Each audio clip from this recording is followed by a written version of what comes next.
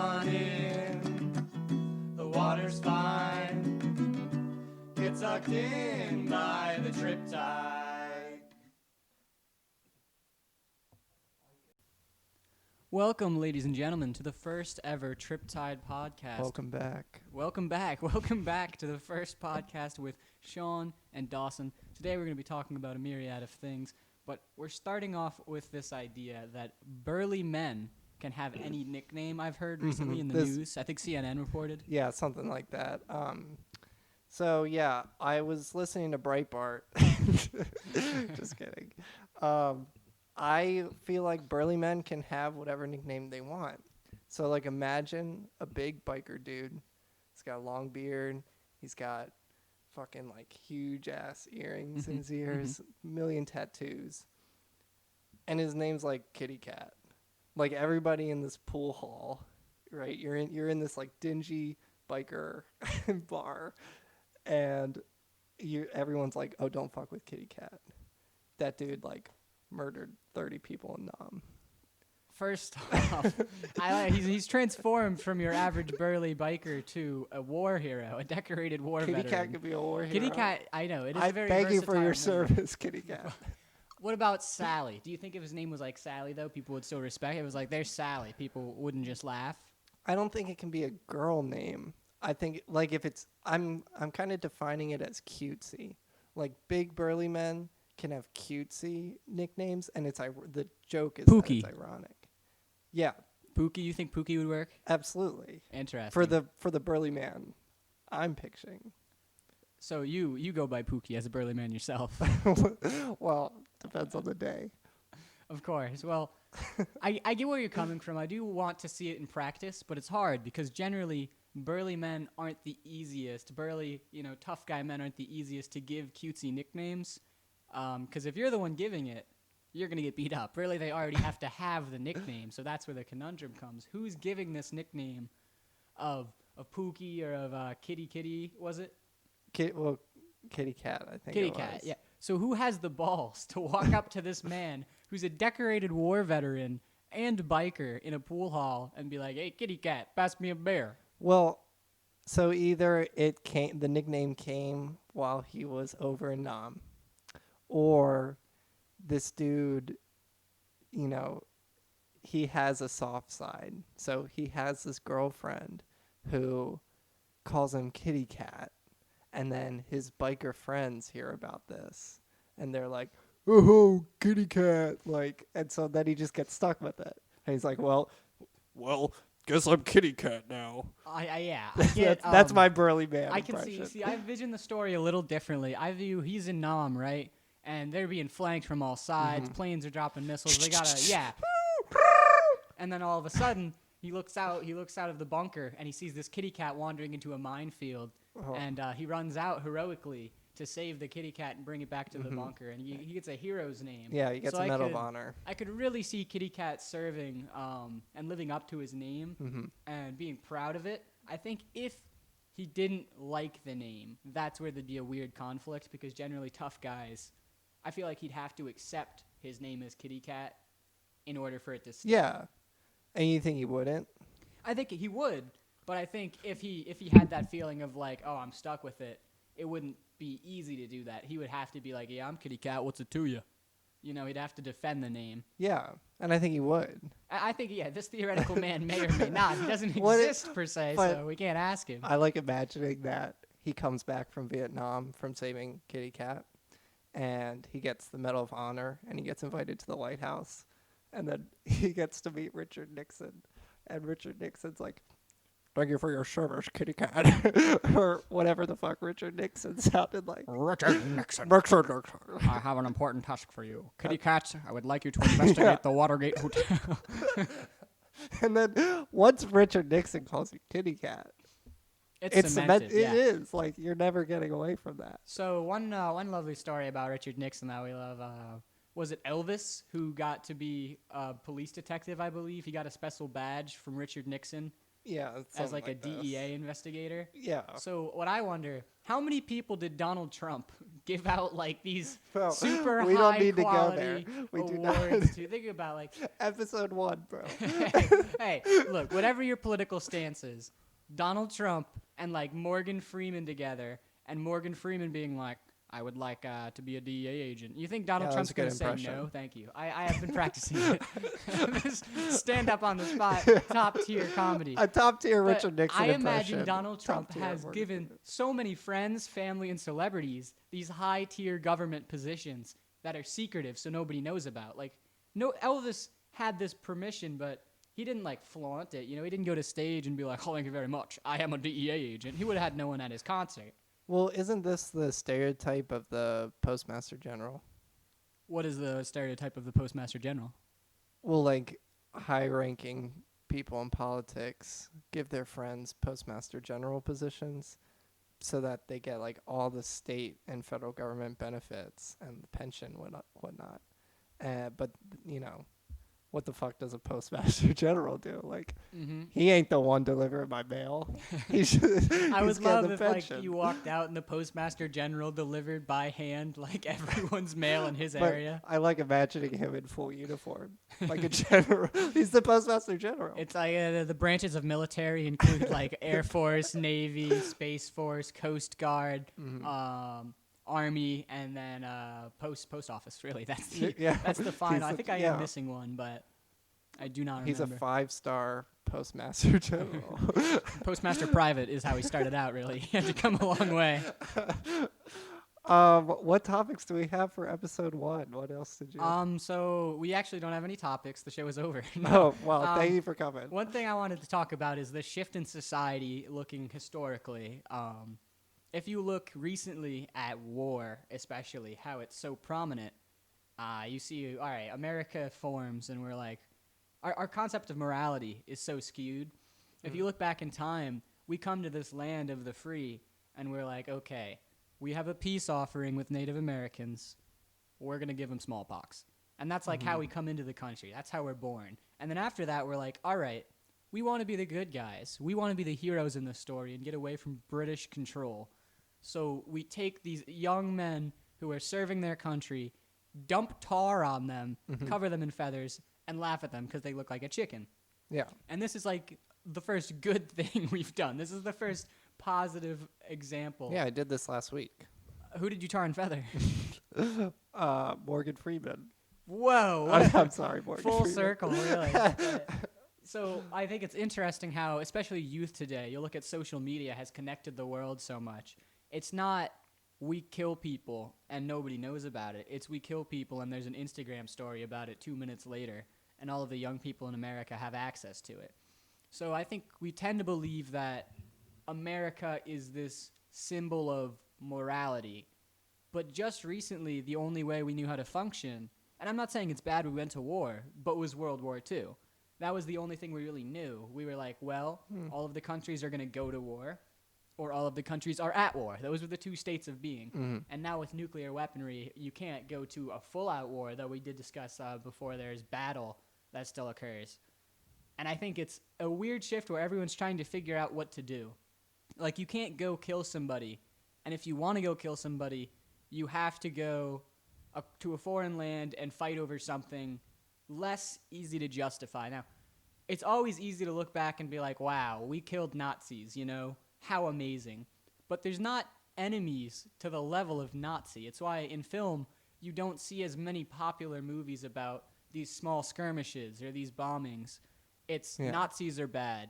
Soviet spies even, since it's a Cold War.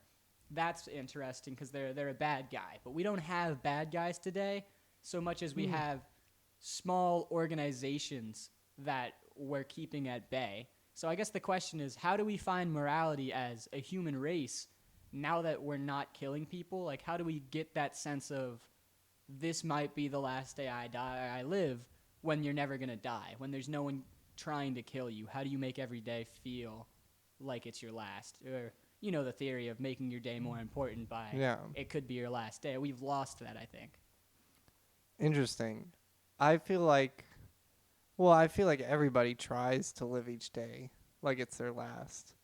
Whether they remember that or not, like, there's always the chance that today's going to be your last day of life. I don't think is it a bad thing? Like, I think it's a pretty good thing that we're not in an active war, that I don't have to be worried about getting drafted to Vietnam like my dad did. Like, I'm in college. I don't have to worry about that stuff. I take that as a positive. I certainly agree. I think it's a positive development, but we're not prepared for it. I think we have a government set up for wartime, and we're living in peacetime. So it's very confusing because I think about even like on a more personal scale, the amount of time I've wasted doing nothing. Like the amount of days I sat down and I played Skyrim all day and felt this was definitely worth it. I have no regret about this. You can't do that when you might get invaded.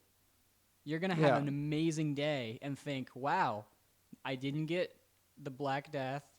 Nobody invaded my people. There's no war going on. That alone made the day super significant. And I think the problem is, without that on a large scale, you'll look to social media. We have, I guess it's the next revolutionary civil rights movement going on. Sure. And the reason I think we're struggling so much is we have social media leading the charge, but there's very little government influence. And you could argue that the election, the presidential and the senators, did make a large change for the movement, but they're not directly tied to it because so much of the violence is beyond the part. And I know there are still things that happen that are abysmal and could be changed on a government scale. But so much of the violence before was like, okay, this water fountain is white, this one is black. It was the most simple fix. It was, we're going to get rid of that. We're more progressive. Whereas now the problem lies, I think, more with racist individuals and small-minded individuals that are affecting the large-scale view of the world via media because you have access to everything as it's coming in.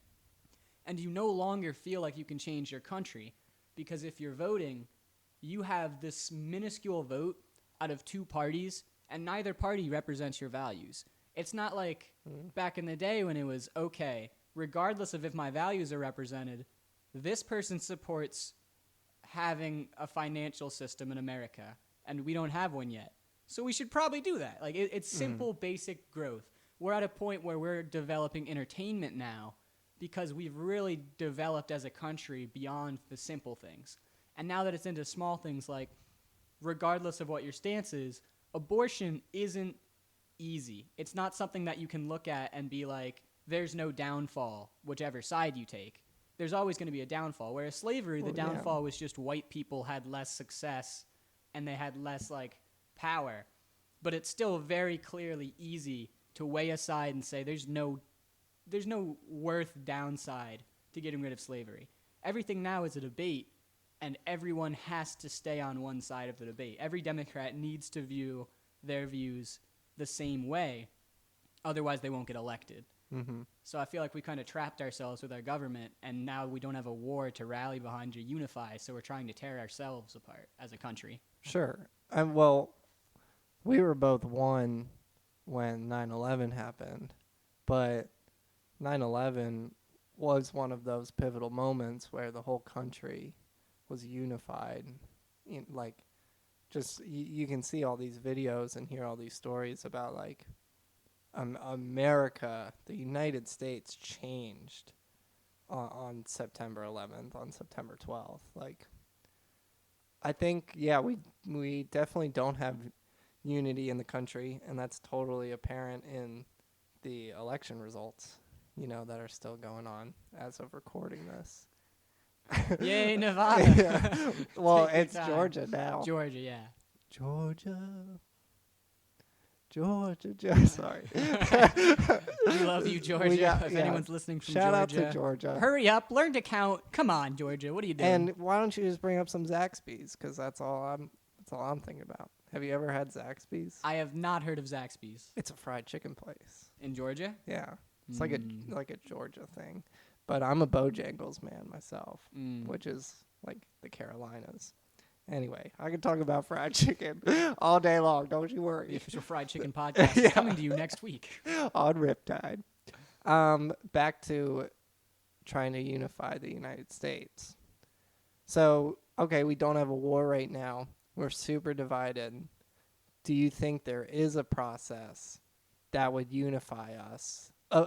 Is there a peaceful process that would unify us? Like, what is the alternative other than we have to have a massive terrorist attack again? I think it's difficult because it seems like such a large-scale change. And what you realize is the concept of world peace seems silly because humanity is fighting against it. We're actively, slowly realizing it's possible. And the people who are there are these monks and these Buddhists and Mahatma Gandhi and these people who say peace is an option to get what you want and showing love is an option. And we're like, wow, that person is inspiring and amazing.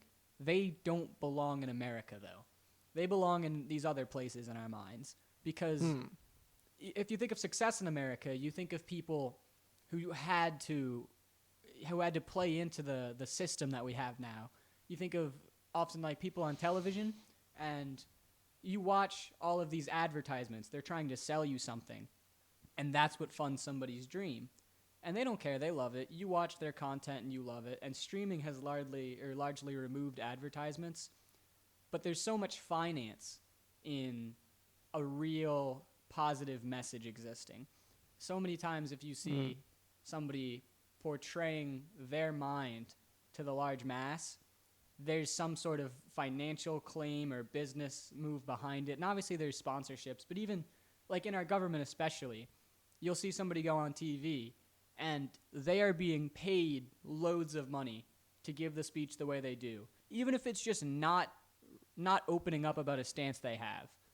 That is always on their mind. I am making money to portray myself this way. Yeah. And I think there's so many people without money, and none of them have the power. The people with the money want to keep the power, so the system's going to keep going. And it's hard to reach peace when there's a divide, and people without money are obviously going to want change, whereas people with money can just buy their way to ignore it. They don't have to worry about it. And there's good people with wealth, of course, but I think largely wealth motivates the country, which is making it hard to come together on a real person-to-person stance. Because anytime somebody gets something, you're driven into this madness of, I wish I had that. I can't believe this person has something I don't have.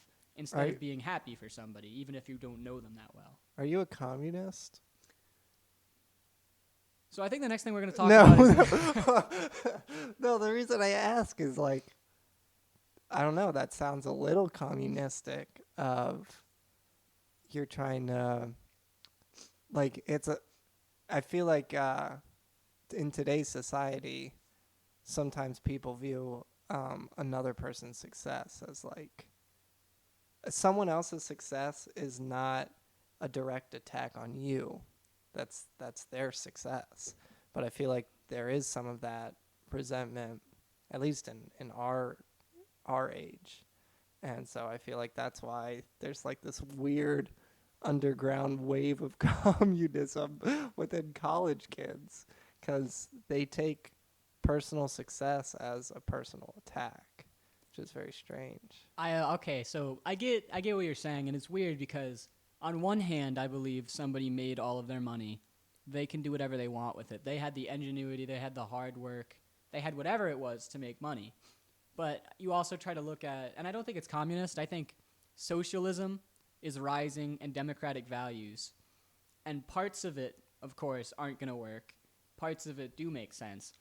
I think at a large scale picture, people with money can buy their way around the law, and they can also know, like somebody who's making $1 million every year, that person, if we took a larger amount of their income, it's hard for me to be against it for the sole reason that they can have everything they need for the rest of their life each year. That's how much they're making. Yeah. And they can set up, like every single year, you could give that money that you haven't spent and you still have saved from that year alone to somebody, and they would be rich. They would become wealthy. And not just wealthy in America. Poor America is wealthy in the world. So, and obviously there's parts of Europe and other countries that are very developed, but they're rich compared to like percentages of the broad spectrum. So it's hard for me to see somebody who can buy a yacht and then buy another yacht and then buy another yacht, and they just have that money to keep buying them and do whatever they want, whatever obscenely expensive thing they want. And I think it's odd that they also are given power. They're not only given the power to make decisions on a broad scale, but they're making decisions for people who actually don't have money, for people who are saying, I need to make this money so I'm not in debt this week, and then next week I'll do it again, and eventually I'll have a home, and eventually I'll have a car, and all of it'll be paid for, and I can retire when I'm old. These people, their entire family is spending all their money on entertainment. And even if they do donate to charities, which is important, I think, on a personal level, more of like I would personally want to do it, but I wouldn't enforce it.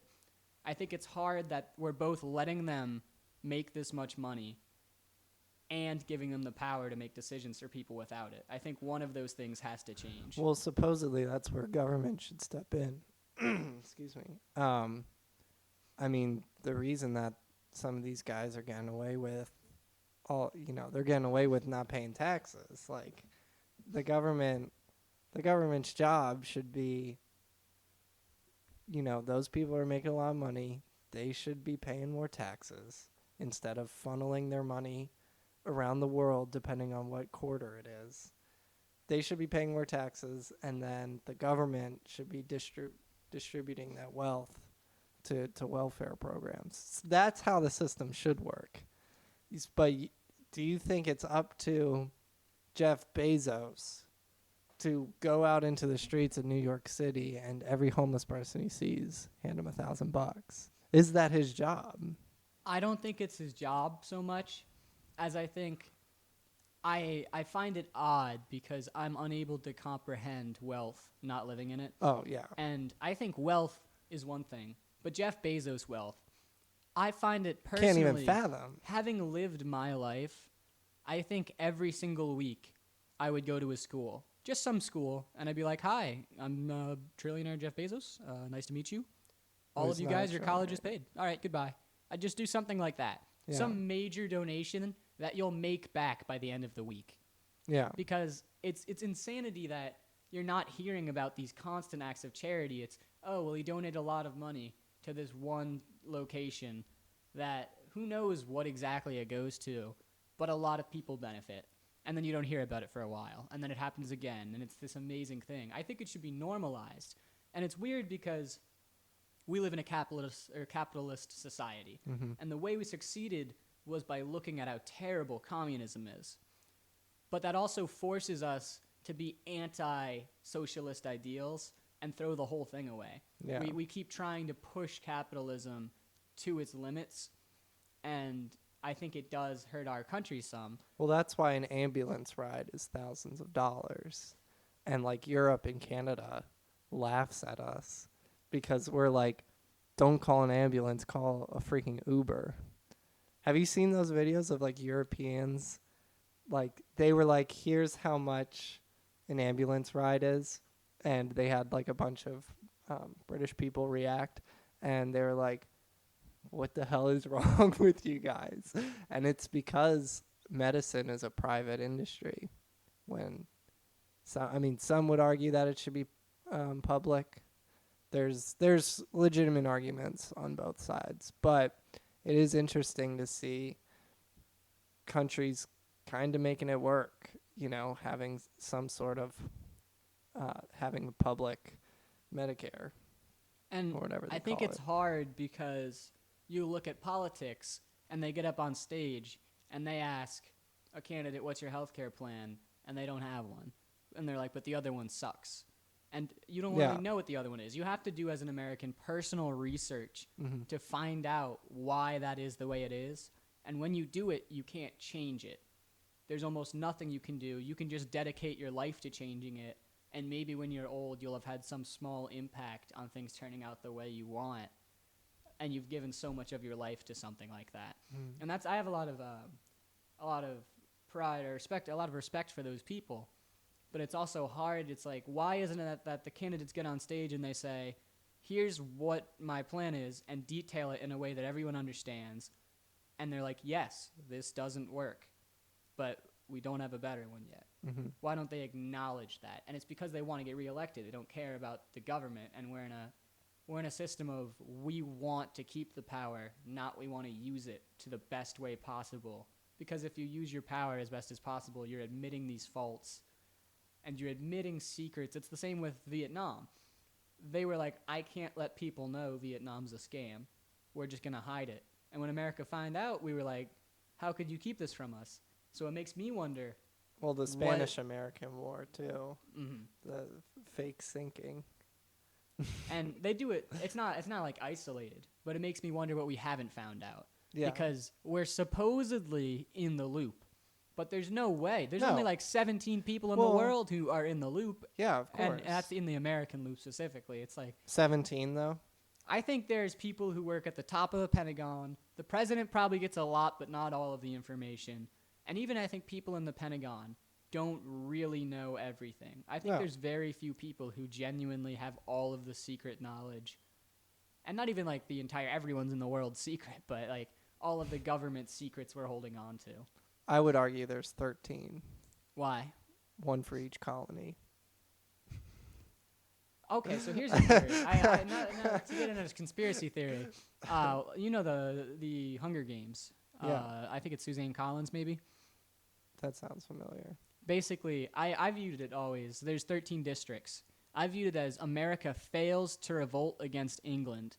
England becomes the capital and takes over the rest of the world, and each of these districts is a colony that didn't succeed in revolting. Well, And she's given out the map of the Hunger Games universe. I think it does take place on the East Coast, but like she drew out the districts one time.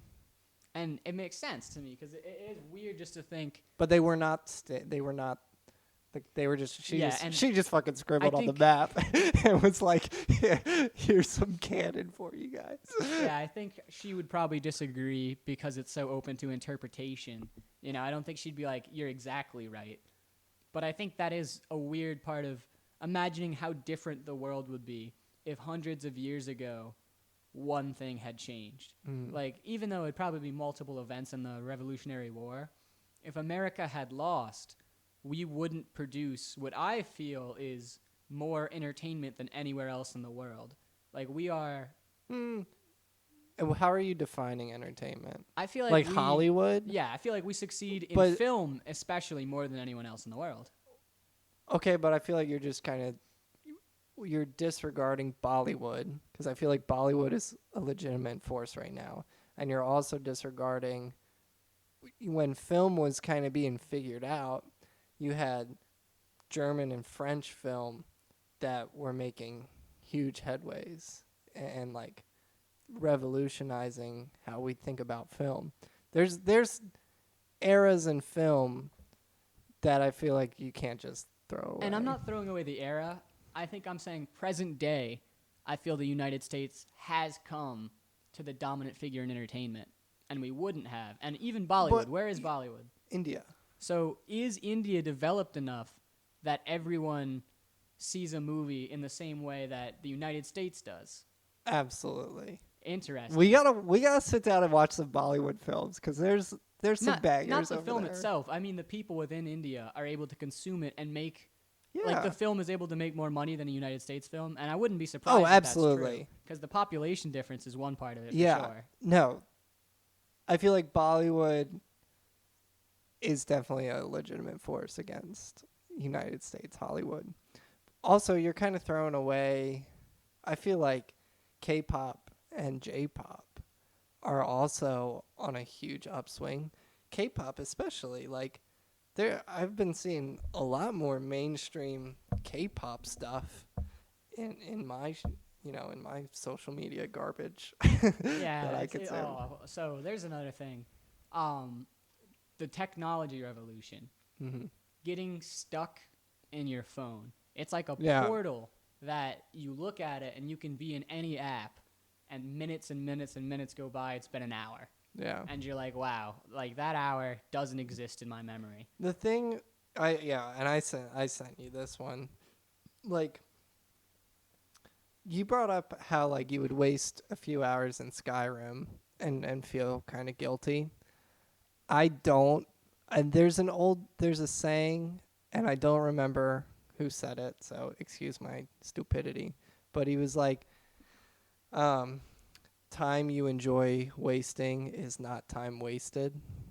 Yeah, time you enjoy wasting was not time wasted. It's John Lennon. I thought it was. We Is actually it? have that in the spare room up on the wall. Yeah. So I've heard that many Yeah. times. So I feel like me playing Skyrim, I enjoy wasting that time. That's not time wasted.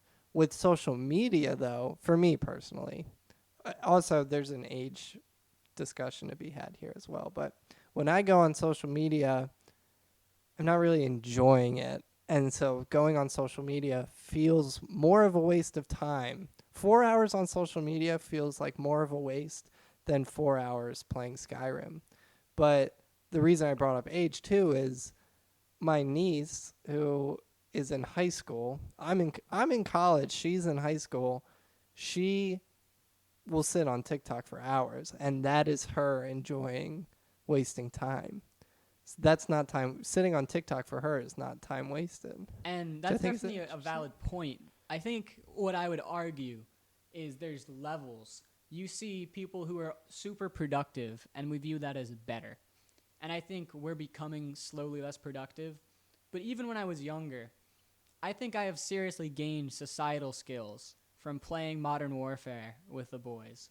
Not only Really? just social skills, talking, but my understanding of technology and my understanding of a virtual world. And I think that might play in more. And even though a lot of it is just video game knowledge, I think it does train you in a way to be like, all right, we're in a war. If you play well, you win. And I think the level below that is Skyrim, because I think it's the same thing without the social aspect. I Well, think it's you much can harder learn to- you can learn storytelling through Skyrim. And that's the thing. Like, I think there's a complete story in most of our television, most of our games, most of what we're producing. And social media lacks that. Social media will take it to a 30-second length and say, If here's your that. story. Watch this, punchline over. And it just repeats itself. Yeah. Whereas a game like Skyrim, you go through a cave and then you resurrect something to fight and you get this magic stone. You take it back to a wizard. It's basically playing Dungeons and Dragons by yourself on an Xbox. yeah. And I think your brain is working. It's not only saying, how do I interact with this game? How does your brain like keep functioning enough to get better and overcome obstacles? But it's saying, what happens next? What is something that I find entertaining that is going to occur? You're thinking of these scenarios. You're watching them play out. And dumbing it down, it is just video game, and your brain's kind of going fizzle. But compared to TikTok, your brain doesn't work. It just takes in flashing. It takes in sensory joy. I don't feel like it's in your brain anymore. It's just your senses are telling you, these colors satisfy me. These movements are linked to music in a very pleasing way over and over and over again. Mm-hmm. And it doesn't box out. And TikTok has these fields of really creative content. But I personally think the limit on how long it can be means if you're spending hours on TikTok, you're probably losing development in your brain rather than gaining it. Have you ever looked into social media psychology? Not exactly, not directly. I know we've talked about how they use colors to make it as possible to spend time there. Yeah. And like notifications, like I can't stand Snapchat because Yeah. it'll always have something left Why? unclicked. I'm the same way, and I don't understand. I literally just left a group chat. I think I told you this. I just left a group chat because I didn't want to go in the group chat, but I was still getting badges and shit, like the blue dot on iMessage. And I feel like we might want to save this for another one because we could spend a whole episode on social media psychology. Like, there's so much at play with how it's programmed. Like, and I know it. I know more of it on the programming side rather than, the psychological, what it's really doing up here. I just know why they do certain things. And like, it's it's satanic, but it's also incredibly freaking genius. Like, they were like, in old Instagram, for all you youngins out there, old Instagram, you could scroll to the bottom and it would be like, you're all caught up for new posts that you're following today. And it would show you people that you actually wanted to see as well. There was no algorithm in Instagram. Now, someone was like, within the past like 5 years, I don't remember exactly when this update for Instagram came out, or if Instagram was even the first to utilize this, but someone was like, what if you could just keep scrolling? And so they were like, Stacy is the person who came up with this infinite scrolling. Uh-huh. They were like, Stacy, you're a freaking genius.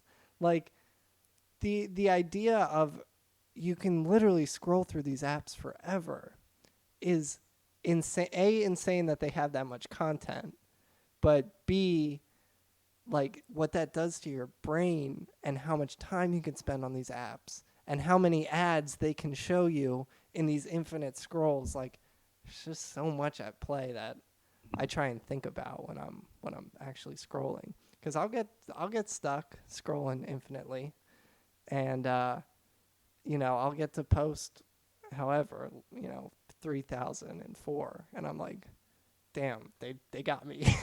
Damn it, Stacy. Where am I? What I find crazy too is that they directly took out what you're going to Instagram for, your homepage, seeing people you know, and they're like, this is now the meme page that you get sucked into. This is the same thing.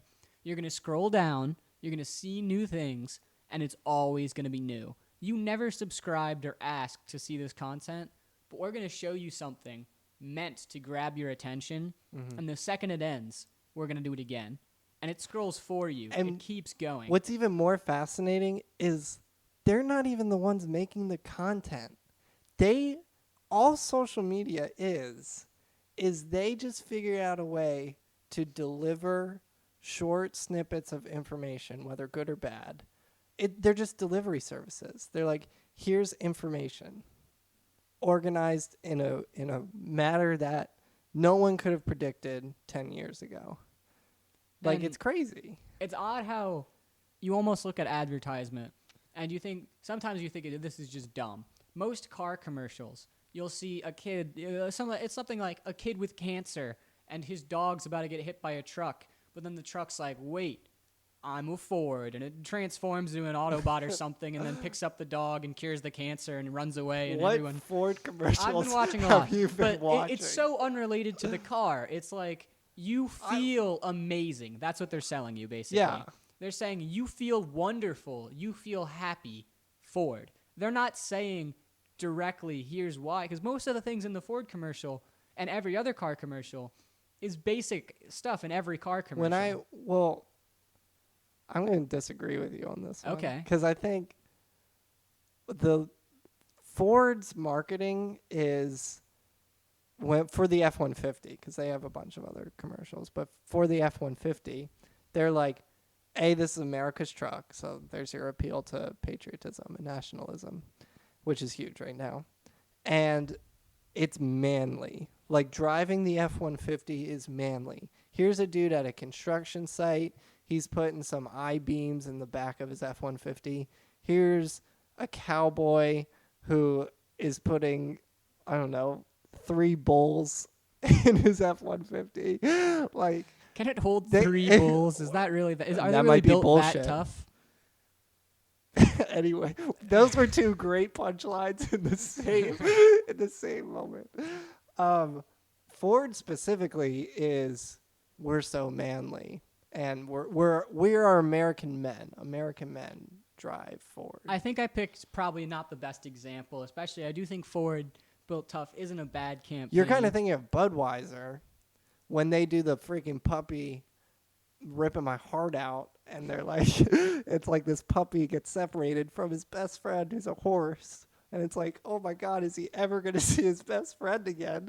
And then they have this joyous reunion, and you feel so warm, and you're like, yes, this freaking puppy found his best friend, and now the Super Bowl's back on. I do think I see. I think even Ford though has the appeal to patriotism is them selling you an emotion rather than their product, and I think everyone does this. Okay. But I think luxury cars especially. You'll be driving around this super nice city, and it'll just be talking about like your life is good, women find you attractive. Yeah. You want some beer? Here's a beer. Take a cold beer. Toyota is Toyota is taking a page out of luxury car brands. Like, you'll see a Lexus commercial, and then you'll see a Toyota Camry with the same exact shots and storyboard as the Lexus one. And it's gotten so bad. You remember the Matthew McConaughey Lincoln commercials? Oh, of course. They were selling you Matthew McConaughey talking to himself. Yeah. They weren't selling you a Lincoln. I But had they no had idea the it was brand, so Lincoln. you talked about it, so you thought about it, and you were like Lincoln. You wanted to say Lincoln. All right. That's all you were thinking. But you were thinking about You the were thinking Lincoln. Exactly. And I don't know whether it's genius or terrible. One of the worst car commercials, I think. I can't remember what brand it was. We're gonna go with like a Schmaltzy, right? But basically, Okay. they were like, "Here's the new Schmaltzy 2018," Mm-hmm. and their ad was people would be like, "Yeah, I'm in the Schmaltzy." People would walk outside, they'd look for it, and they'd be like, "I can't find it." And they'd be That's like, a Buick. a Buick. They're like, Yeah. "It's the The Buick." Schmaltzy is good, too. Yeah, it's the Schmaltzy. It's a Buick. Their advertising is, our cars are so bad. We made a decent car. It's not recognizable. You don't understand it's a Buick because it's so not garbage. Well- and to me, it's like, how on earth are you going to put down everything you've ever made to make the same quality of car most people do? Well, Buick was seen as like your grandparents' car. Like, if you're going to Temple on Sunday, you're riding in a Buick. Like, But with they your betrayed their grandparents. own brand for the sake of a cheap gimmick. And I don't like that because I think if you're going to betray your brands, you have to be offering a real renovation to the table. Because even though it was new, it wasn't something that we didn't see in other car companies. It wasn't just a generic car. It was just a newer Buick. It was new Yeah. for them alone. Yeah. And I guess that's what they're selling. But to me, it was like, play off the fact that it's old. Play off that people know Buick. Play off the fact that your grandparents had a Buick. Like, do something besides stabbing your brand in the back and saying, look how much we sucked. We Yeah. don't anymore. But to tie it well, together. but this is why you don't see a Mitsubishi commercial, because they're like, we didn't build planes that bombed Pearl Harbor. Welcome to the new Volkswagen. Don't ask how we got it. Or, well, Mercedes built tanks for Hitler, but they don't want you to know that. Look, and here's part of it. First off, I'll tie it together. Social media, I feel like, advertises itself while you're using it. You don't look at social media ads on TV, really. You look at them on social media. It's trying to constantly sell itself to you while you're using it because it's all about the time spent. It's not buying or downloading Instagram. It's spending time there. Yeah. So it switched advertising to the same thing as a product. Have you been on Instagram today? Not today. They added a shopping tab. So it's literally like all the ads that were on Instagram, they just put it at the bottom, and you can just shop on Instagram now. And what I found crazy about Instagram specifically, these last 2 days, the mobile app had serious issues. I thought my phone was messed up. I looked it up to their like reports thing, and the reports skyrocketed. And for 2 days, I Interesting. couldn't like load my For You page, but more importantly, my DMs. If I loaded my DMs, it would never load. They came in, I sent them out, I couldn't send or receive pictures, and I couldn't get it to load. It would just constantly say there's something sending, despite the fact that it wasn't. And I was like, how does a massive company spend this long to fix it? And they would probably because they were spending time implementing a shopping tab. That's probably what happened. Like, the update to fix it was the same one as how do we make people buy things on Instagram more. But I found it odd just to think that we consider this a problem. People recently they didn't have an Instagram. They didn't have any social media. And 20 years, I do seriously wonder, will I ever have Wi-Fi problems? Or will technology genuinely be poor people have high-speed internet and nothing really takes any time to load? Yeah. I feel like we're already starting to get there with 5G. Verizon's really trying to push 5G right now. And that's a whole argument there because no one's really ready for 5G, nor does anybody truly believe that they can do it right now? Well, it does cause coronavirus, so I think that's the main drawback of 5G. Yeah, well, they're trying to do. I know there's a few like skyscraper type buildings where like they have routers in the ceiling that are like always projecting Wi-Fi onto you, no matter where you are in the building. You know, they're trying to expand bandwidth to its absolute limits, which is pretty interesting. My router is I have a router upstairs connected to the Ethernet, and then I have another router downstairs, and they actually communicate. And so the second router is kind of like an amplifier, and it strengthens the Wi-Fi in the living room. And I've heard of things like this before, and it's weird that innovation is kind of falling off for just more of the same thing, because the technology we have is so advanced. Instead of looking for a stronger signal, we're like, we'll just make the same signal twice, because it's starting not to cost that much for devices. Considering like back in the day, you had to renovate the TV, but your house had a TV, a singular TV. Most people I know now have two. Bro, when I got a TV in my room, which I didn't even, when I was in like 7th or 8th grade, I got a TV in my room, and I was like, holy shit, like, I have a freaking TV in my room. Like, I have a big dick now. Like, that is the correlation. That's how I viewed it in my mind, because anytime I wanted to use a TV, I either had to be in the living room, which was hardly ever an option because of my parents. No one's taking the TV away from Dad. And then my parents had a TV in their bedroom because they're selfish. So what I think is crazy, too, is this is all happening on a suburban middle class level. Like, this is still, I'm sure there's still neighborhoods where one TV is deluxe. And there's going to be neighborhoods where one TV is standard. And there's going to be neighborhoods where two TVs is standard. Mm-hmm. But it's all just shifting up. It's shifting to more. Yeah. You have more things because it all costs less, because it's less important, because it's not new, and because it's easier to produce, and there's so many new versions they're trying to sell.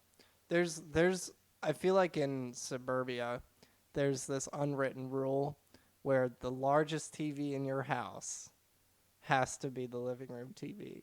You can have a 56-inch in the living room, but goddamn, you're only allowed a 54-inch in your room.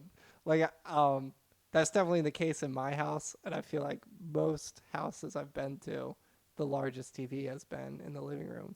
But then at school, one of my roommates is a pretty wealthy dude, and he had the same size TV in the living room as he did in front of his bed. And I was like, you can do this? Is this allowed? It's odd because it takes the personal my TV and splits it off from the living room TV, because it's really rarely your TV when you're growing up. Yeah. But at college, you consider anything you bring yours, even if it's your family's.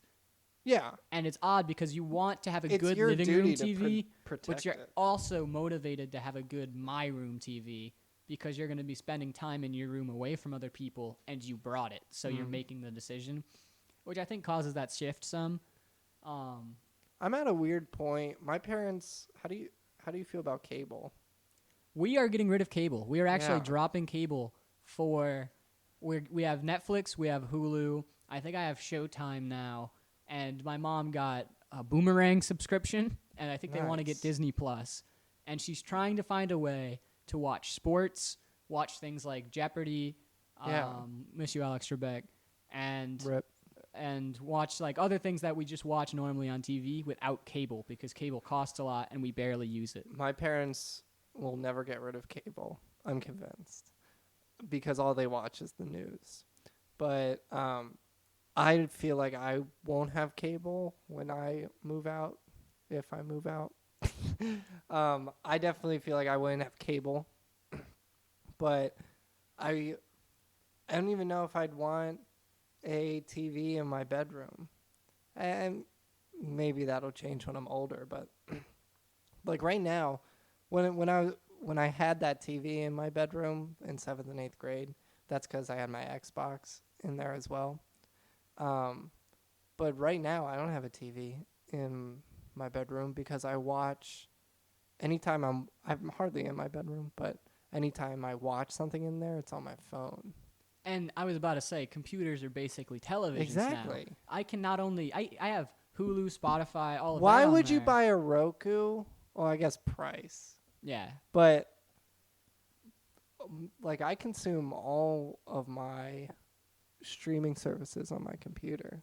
And even I can get television on my computer. I watched Rick and Morty season 4 through some sort of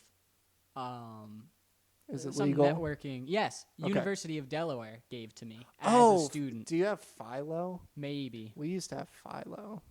And I found it was like I just have an extra TV basically. Yeah. But it's smaller. You want a TV in the living room for movies Yes. and for that ambiance and for a sports game where people are all gathered around and to share.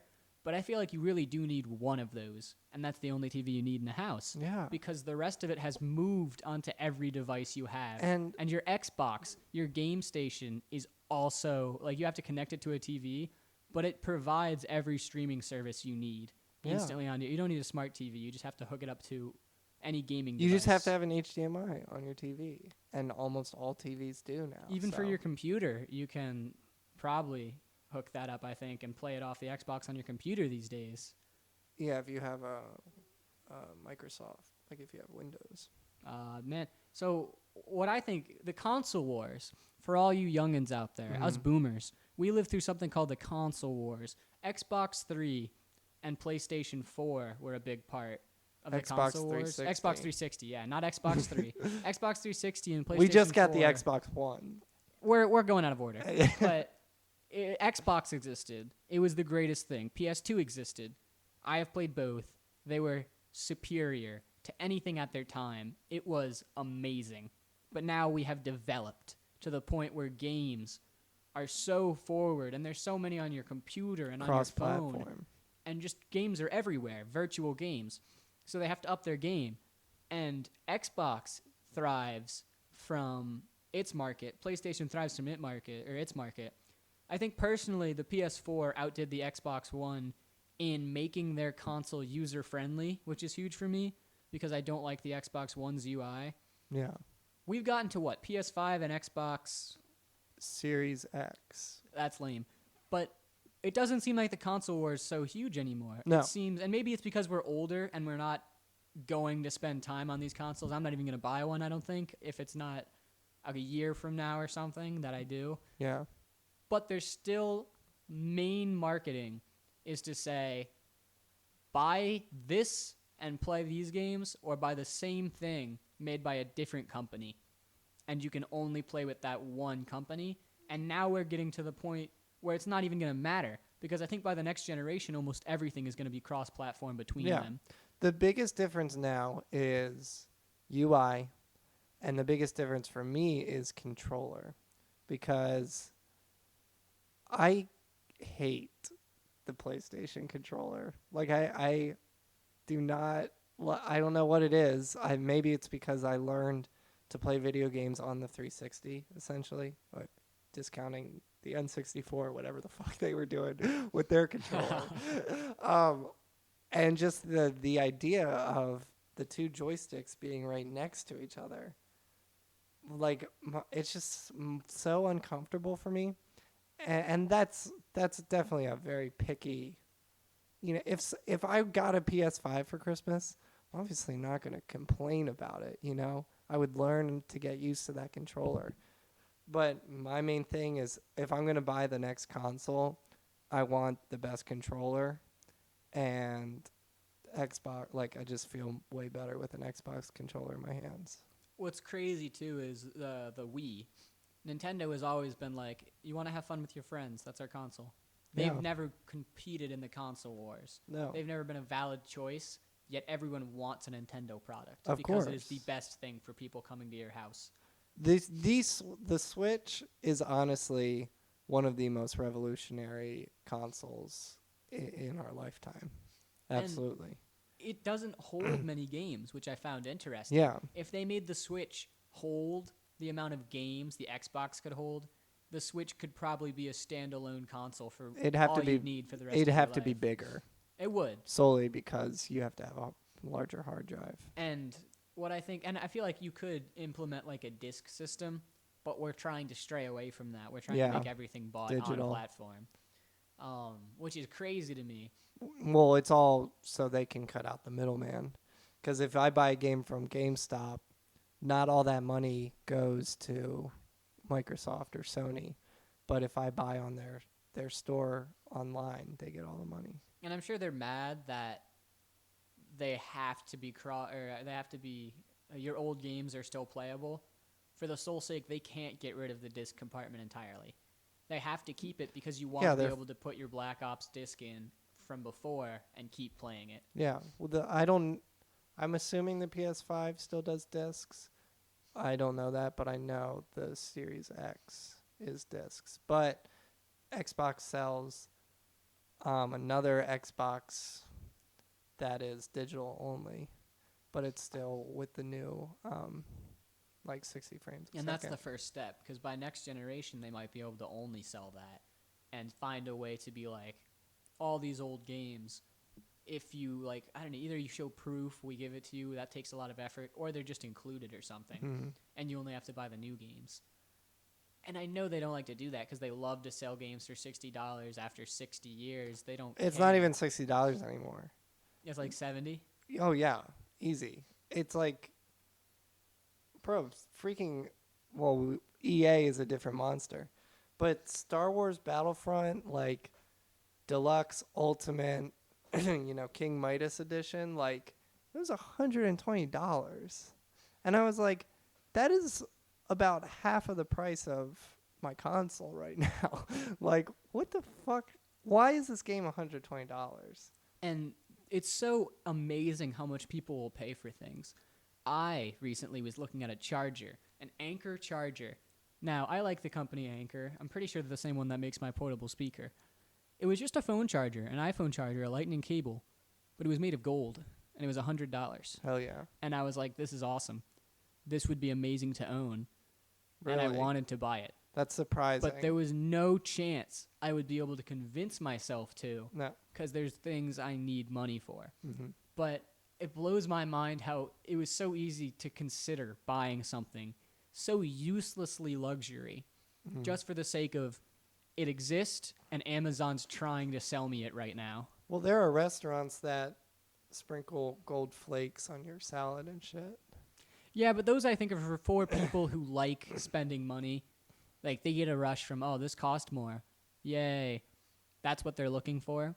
And I think these are the people we talked about earlier who have the money to waste and also control the power over people who don't. The people who buy gold flake salad. Like those people are obnoxious to me.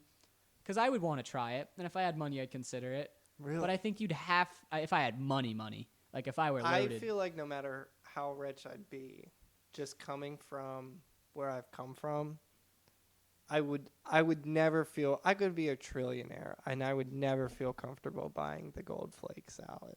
I think I am so driven to try everything in the world that I would want to eat it once and then be like, that was not worth it at all. I think I'd want to do that. Kind of almost like you see social media people. They'll be like, I spend $100 on a mobile game. How does it go? And they're like, yeah, this sucked. It wasn't worth it. It wasn't fun. Didn't enjoy it. Hated it. That's their analysis. Well, but people watch it. They're like, I want to see what this looks like. I want to feel $100 on a mobile app. And this person's willing to spend it because they're like, I find a way to justify it. I make a video out of it. Yeah. I think it's a tax write-off for his business. Pretty much. I think if I were loaded, I'd want to try it. But I'd have to donate like money before I did so. Okay. Knowing I like that. That I am wasting money on a salad that doesn't taste good. It probably doesn't even taste that good. It's probably just like gold flakes in a normal salad. Yeah. Or it's amazing salad. I think it's and it tasteless. costs even more, and it's wasting more money. Well, we are at 59 minutes. So my closing question for you is, does Kitty Cat buy Gold Flake salad. Kitty Cat. What? Kitty Cat, isn't he a biker? I don't think many people in biker bars serve Gold Flake The salads. man's name is Kitty Cat. He's This full is- of surprises. I don't think he does. I think Kitty Cat gives that money to children in need and animal shelters. I think Kitty Cat invests in Oh. animal shelters with that money. Yeah. I don't think he's loaded enough to be wasting it on He's Gold Flake he's salad. he's a cat mom now. A like his crazy ex- cat man. yeah, Are there his crazy cat experience- men or are there only crazy cat ladies? Because if I've never heard of a crazy cat man, maybe at that point you're just Adam West. Are you being sexist? I'm not being sexist. I'm just saying, when's the last time you've heard the term crazy cat man? Leave a comment down below the last time you've heard Crazy Cat Man, or if you think Kitty Cat eats Gold Flake salad. Yeah, let us know. Let us know where you're from. Let us know your social security number. All in the Please. comments down below. Yeah. Please leave it and have a great day. Our 0 listeners. To all the people I told to come listen to this podcast, Yeah, exactly. thank you for coming and listening to this podcast. To all the boys I've loved before. Thank you.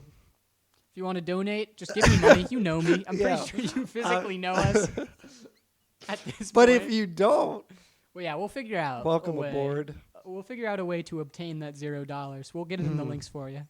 Thank you for taking a dive into the Triptide. Boom.